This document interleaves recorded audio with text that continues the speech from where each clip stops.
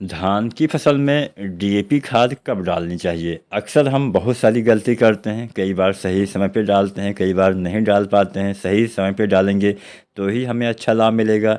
सही समय पे नहीं डालेंगे, आप पैसा भी लगाएंगे, लाभ भी नहीं मिलेगा, उत्पादन भी कम मिलेगा। तो डीएपी एक ऐसी खाद है जिसका किसान साथी ज़्यादातर इस्तेमाल करते हैं।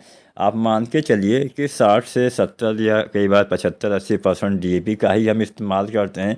बाकी कुछ किसान साथी एनपीके और कुछ किसान साथी सिंगल सुपर फास्फेट का इस्तेमाल करते हैं। कोई भी खाद हो, इसका इस्तेमाल हम खासकर डीएपी में सबसे ज़्यादा फास्फोरस पाया जाता है, तो फास्फोरस की पूर्ति के लिए ही हम इनका इस्तेमाल करते हैं। वैसे तो यूरिया यानी नाइट्रोजन की पूर्ति के लिए हम यूरिया का इस्तेमाल कर देते हैं।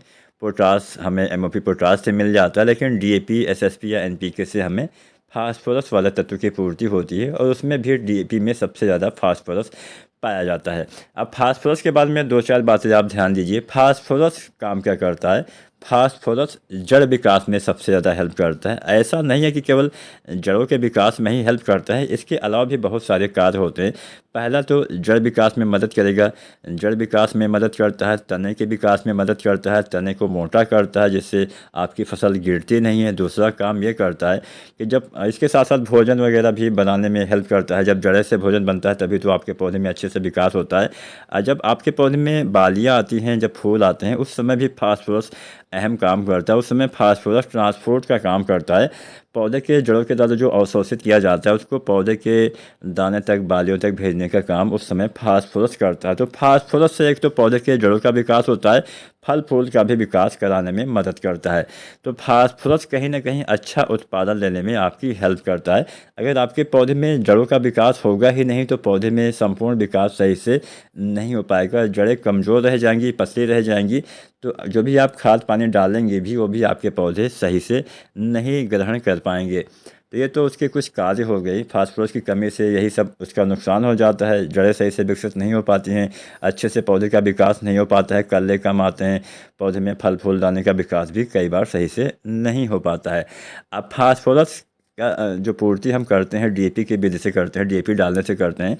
तो डीएपी हमें कब डालनी चाहिए? डीएपी का इस्तेमाल या फिर कोई भी ऐसी खाद जिसमें फास्फोरस पाया जाता हो, चाहे डीएपी हो, चाहे एनपीके 12, 32, 16, 10, 26, 26, 14, 35, 14, 20, 20, 0, 13 हो, चाहे आपका सिंगल सुपर फास्फेट हो, इन सभी में से जो भी आप खादों का प्रयोग करते हैं उनका इस्तेमाल अंतिम जुताई के समय आपको करना चाहिए। जब आप रोपाई के समय उससे पहले, रोपाई के पहले अंतिम जुताई करवाते हैं, अगर आप उस समय डीएपी, एसएसपी या एनपीके डालते हैं तो क्योंकि फास्फोरस एक ऐसा तत्व होता है जो स्थिर होता है। स्थिर का मतलब ये हुआ कि अगर आपने नीचे डाला तो नीचे ही रह गया, अगर आपने ऊपर डाला तो ऊपर ही रह गया। मतलब जहाँ पे आपने उसको रख दिया वहीं पे वो रह जाता है, बहुत ज़्यादा ऊपर नीचे जाता ही नहीं है। तो अगर आप ऊपर से डाल भी देंगे बाद में, रोपाई के बाद में मान लीजिए आपने ऊपर से जो है वो डीएपी डाल भी दिया तो वो नीचे तक पहुंच ही नहीं पाएगा। अब जड़ें कहाँ होती हैं? ज़मीन के अंदर होती हैं, नीचे होती हैं, बहुत ऊपर तो होती हैं नहीं।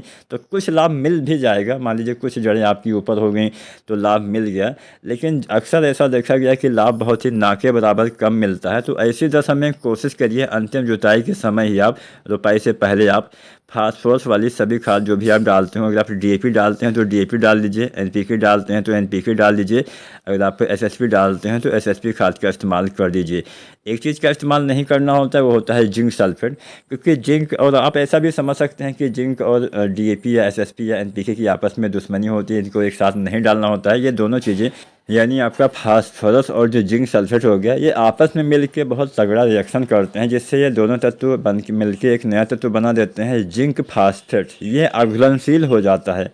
अघुलनशील का मतलब हमारे पौधे केवल उन्हीं तत्वों को ले पाते हैं जो घुलनशील होते हैं। जो अघुलनशील होते हैं उसको पौधे अपने भोजन के रूप में नहीं ले पाते। हमारे मिट्टी में तो वो तत्व मौजूद रहेगा लेकिन हमारे पौधे के लिए उपलब्ध नहीं रहेगा। इस बात का ध्यान दीजिए। तो डीएपी के साथ में रोपाई के समय आपको जिंक डालना ही नहीं है, इस बात का ध्यान दीजिए। जिंक का इस्तेमाल आप स्प्रे विधि से करेंगे तो अच्छा लाभ मिलेगा। तो उम्मीद है आपको पता चल गया होगा डीएपी का कब इस्तेमाल करना होता है। डीएपी 30 से 40 किलो पर एकड़ के हिसाब से डालना होता है।